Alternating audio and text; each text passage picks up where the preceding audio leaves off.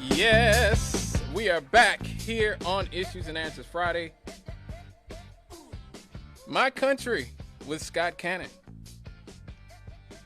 I am here. It is 6:45 p.m. This time is going by, but you know when you're talking about something important like labor, you know those minutes tend to tick away. Well, folks, the other huge story dominating the news cycle over the past week or so has been the border crisis. And a lot is going on in regards to immigration here. Again, from the Associated Press, the Biden administration to protect hundreds of thousands of Venezuelans. Yeah, you heard that right. The Biden administration has said that they are granting temporary legal status to hundreds of thousands of Venezuelans who are already in the country, quickly making them able to work as it grapples with the growing number of people fleeing the South American country and elsewhere to arrive at the U.S. border of Mexico. The move, along with promises to accelerate work permits for many migrants, may appease Democratic leaders.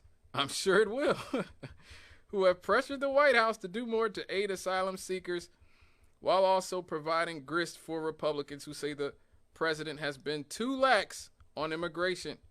The Homeland Security Department plans to grant temporary protected status to an estimated 472,000 Venezuelans. 472,000 Venezuelans. Jesus. Who arrived in the country as of July 31st, making it easier for them to get authorization to work in the United States. That's been a key demand of Democratic mayors and governors who are struggling to care for an increased number of migrants in their care. That's in addition to the 242,700 Venezuelans who have already qualified for temporary status before Wednesday's announcement. Wow, so together that would be about, let me do some math. Remember, I went to the Gary Community School System, so, that's about 714, I think that's 714,000 Venezuelans altogether.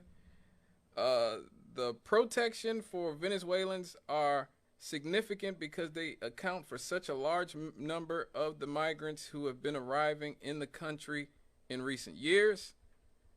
Now, Venezuela plunged into a political, economic, and humanitarian crisis over the last decade, caused by us, as usual. We put sanctions on Venezuela because they don't do capitalism the way we want them to do capitalism, just like Cuba. Just like many other countries in Latin America that we put sanctions on, because they will not let us, they will not privatize all their resources and let our companies rape and pillage their resources. And because they refuse to go along with our neoliberal military goals, the Monroe Doctrine, we are determined to make those people all suffer. Now, am I going to say that the Venezuelan government is perfect? No, I'm not going to say Maduro is perfect. But just like in the case of Cuba, when the richest, most powerful country in the history of the world is leaning on you and making sure that you can't do much to feed your people or to help your people in any way, that's going to have an effect. Just saying. So at least 7.3 million people have migrated from Venezuela. The vast majority fled to neighboring countries in Latin America. Brazil has taken a lot of them in, I think. But a lot of them have come through the notorious Darien Gap, a stretch of jungle in Panama. Oh my God, the Darien Gap. Wow, if you guys can Google or look up or watch anything ever about the Darien Gap between Panama, between Central and North America and South America, that little piece of land on that peninsula, on that little strip of land, that isthmus, I think it's called an isthmus, that connects South America to Central and North America, oh my God, what those people must be going through to get through the Darien Gap, which is just nothing but marshland, dangerous animals, dangerous insects, completely untended to land. I mean, don't get me wrong, I feel for those people.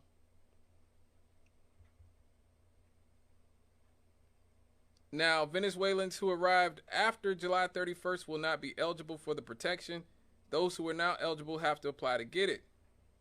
Homeland Security Secretary Alejandro Mayorkas granted the expansion amid a 18-month expansion for those who already have temporary status due to Venezuela's increased instability and lack of safety due to enduring humanitarian, security, political, and environmental conditions. The administration said it would accelerate work authorizations for people who have arrived in the country since January through a mobile app for appointments at land crossings with Mexico called CBP-1, or through parole granted to Cubans, Haitians, Nicaraguans, and Venezuelans who have financial sponsors and arrive at the airport. The promise of accelerated work permits does not apply to people who cross the border illegally and seek asylum, who by law must wait 6 months to receive work permit. So what we're seeing here is obviously we're being inundated by a mass of people primarily from Latin America, but not just, because there's Chinese people coming across the southern border. There's Africans coming across the southern border. Now, the people in our political sphere will do all this. They'll talk about, amnesty, and they'll talk about how humanitarianism. Here's what the real deal is. Okay, American laborers, particularly African American laborers, are being replaced. We are being replaced. Liberals have said out loud for many years that demographics is destiny. They truly believed for a long time that demographics is destiny. Here's I've always played this clip of this woman talking about, her name is Diana Judith Brown, who is the executive director of advancement, the executive director of the Advancement Project, advocacy organization, where she talked about demographics is destiny. This was her what she had to say about it. So that when we get to 2042 or 2045, whatever year you want to use, that we actually will not be suffering from what other countries like South Africa have, which is having the numbers but not having the power. We want, people say demographics are not destiny. Well, we're trying to make it destiny. So that's the work that we're doing. Amen. They truly believed that they were going to bring a lot of these people here and that they would vote Democrat in perpetuity. At least their children. They would create generations of people who would feel indebted to the Democratic Party and vote for them. Now, Tucker Carlson and people like that have gotten in trouble for calling it the Great Replacement Theory. But again, people have been talking about this for a very long time. This isn't anything new. In Chicago right now, you're seeing black people are getting mad. Black folks are mad. They are PO'd about this. This is at one of Brandon Johnson's community meetings where the audience is pressing his folks about this. I wanted to know if there is a capacity limit, and what is that limit, if there is one, and why can't we close the borders of Chicago or the state of Illinois in the first place? Why can't we close the borders? I don't know if there's a limit. I do know that when you are seeking asylum, you are granted protections from the U.S. to not return. So that is the process that folks are going through when they come here, when they get their interview, and then the Texas governor sends them to Illinois, and specifically Chicago. So they get to come, once they do an interview in Texas, they get to come regardless. Texas says you're an asylum seeker, you're being persecuted, so yeah, you can leave your country and come here and go wherever you want. Not Texas. This is the federal government is the one that does the process around asylum seeking. It is Texas who is making the decision to send them to Chicago. And that's what I wanted to know. Can we say, no, we won't take anymore? It has to come from the federal government. So there you hear it. It has to come from the federal government. So again, that's the predicament that they put us in. That's Chicago and New York City. This just got a lot of press. Eric Adams is at his wit's end about this, about New York City being completely inundated with immigrants. This is what he had to say, that they will destroy New York City. Let me tell you something, New Yorkers. Never in my life have I had a problem that I did not see an ending to. I don't see an ending to this. I don't see an ending to this. This issue will destroy New York City. Destroy New York City. We're getting 10,000 migrants a month. One time we were just getting Venezuela. Now we're getting Ecuador. Now we're getting Russian speaking coming through Mexico. Now we're getting Western Africa. Now we're getting people from all over the globe have made their minds up that they're going to come through the southern part of the border and come into New York City. And everyone is saying it's New York City's problem. Every community in this city is going to be impacted. We had a $12 billion deficit that we're going to have to cut. Every service in this city is going to be impacted. All of us. And so I say to you, as I turn it over to you, this is some of the most educated, some of the most knowledgeable, probably more of my commissioners and deputy commissioners and chiefs live in this community. So as you asked me a question about migrants, tell me what role you played. How many of you organized to stop what they're doing to us? How many of you were part of the movement to say, we're seeing what this mayor is trying to do, and they're destroying New York City? It's going to come to your neighborhoods. All of us are going to be impacted by this. I said it last year when we had 15,000. I'm telling you now, with 110,000, the city we knew, we're about to lose. And we're all in this together, all of us. Staten Island is saying, send them out to Manhattan. Manhattan is saying, send them out to Queens. Queens is saying, send them out to Brooklyn. No, it's not the game we can play. Open the floor up. There you go. That is the mayor, the current mayor of New York City, the very black Eric Adams. It took us long enough. It took us long enough for us to figure out what was happening. But now finally a lot of us are waking up. Let me get this caller. Hello, caller.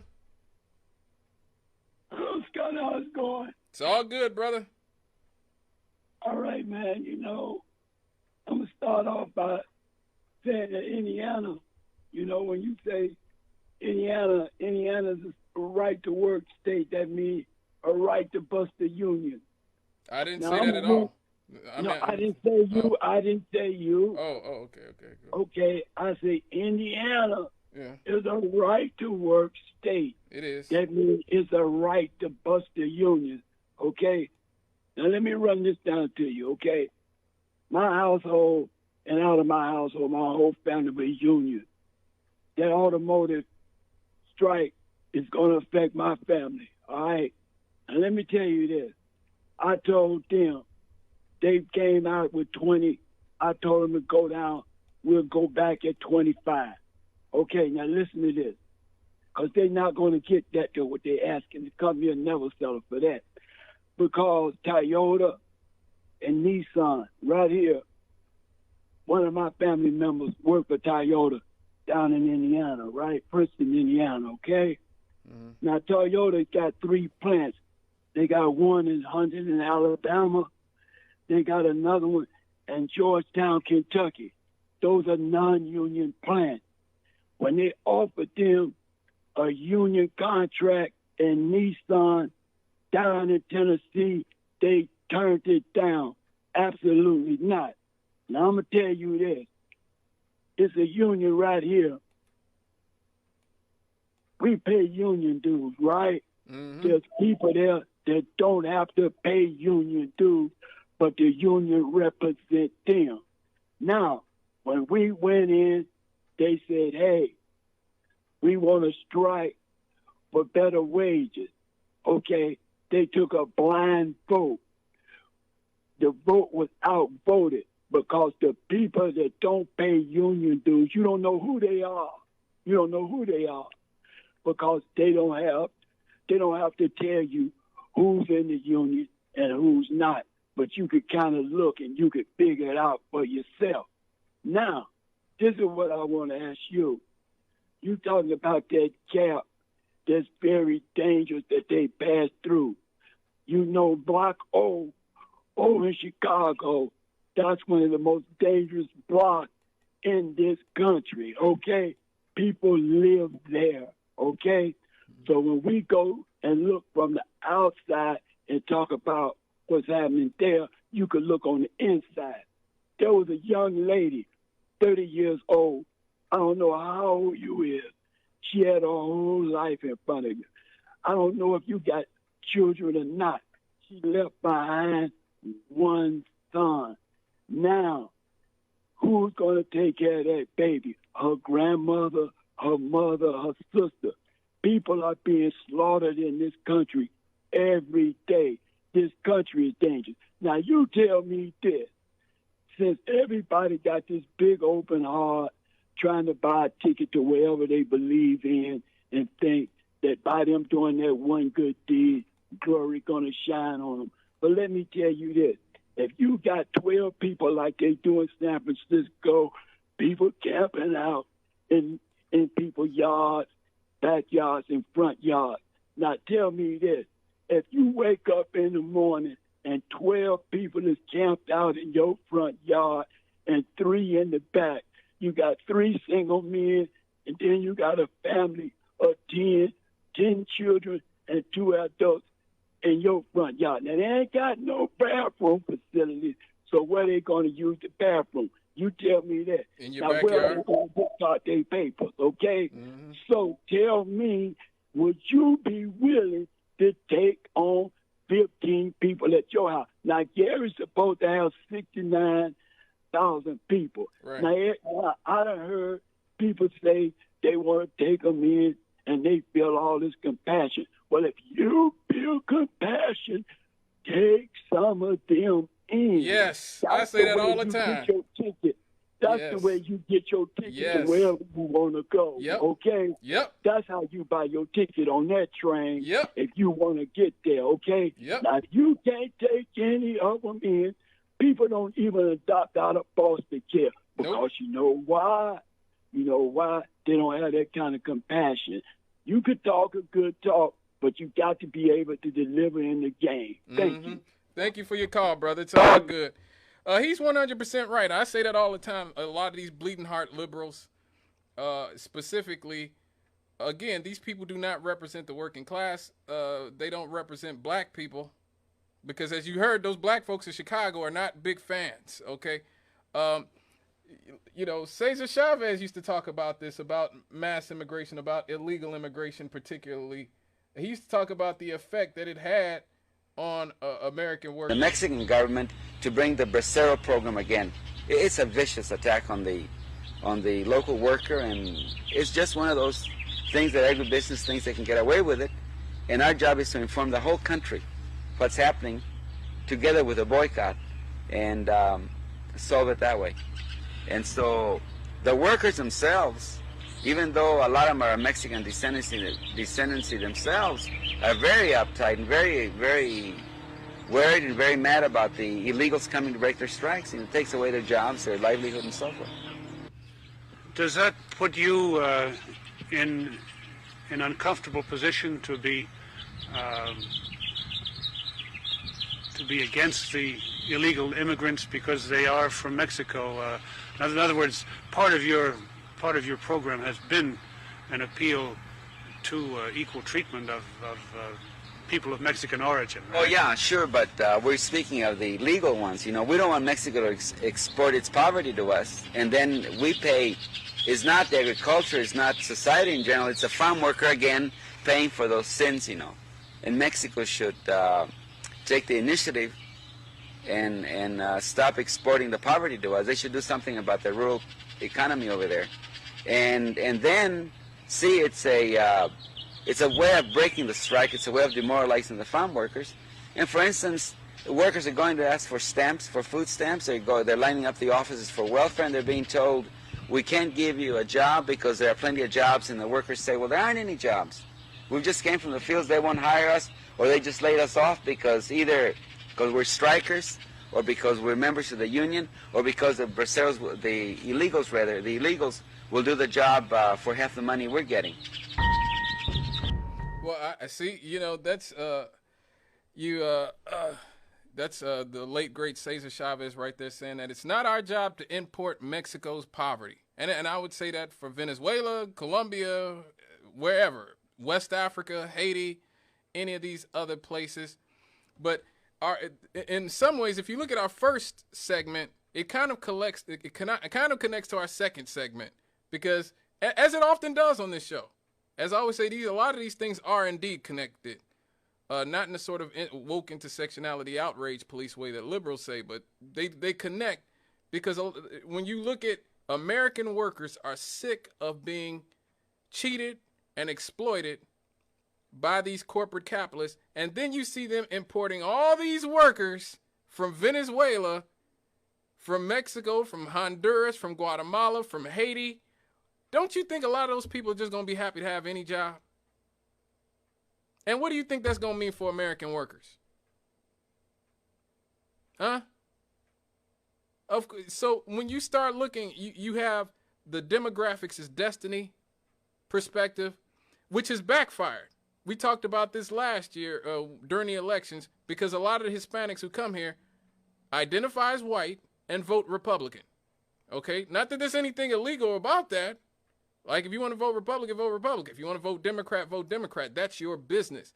But these people are, a lot of liberals and a lot of people, even on the left, a lot of people I respect and like on the left, have this mentality of just because somebody has melanin or an ounce of melanin in their skin, that means they are down for the cause, that they are pro-labor, that they are coming here to join together with African Americans and start some sort of revolution. These people are the most anti-revolution people in the world. The people who are pro-revolution and pro-labor and pro-working class are still in their countries. The revolutionary Cubans are still in Cuba. Okay, the leftist Cubans are still in Cuba. The Cubans we get are Ted Cruz and Marco Rubio. And I'd suppose it's probably the same thing. It's probably the same thing for Venezuela and everybody else. If you're a revolutionary-minded Venezuelan, a pro-labor Venezuelan, an anti-imperialist Venezuelan, you're probably still in Venezuela.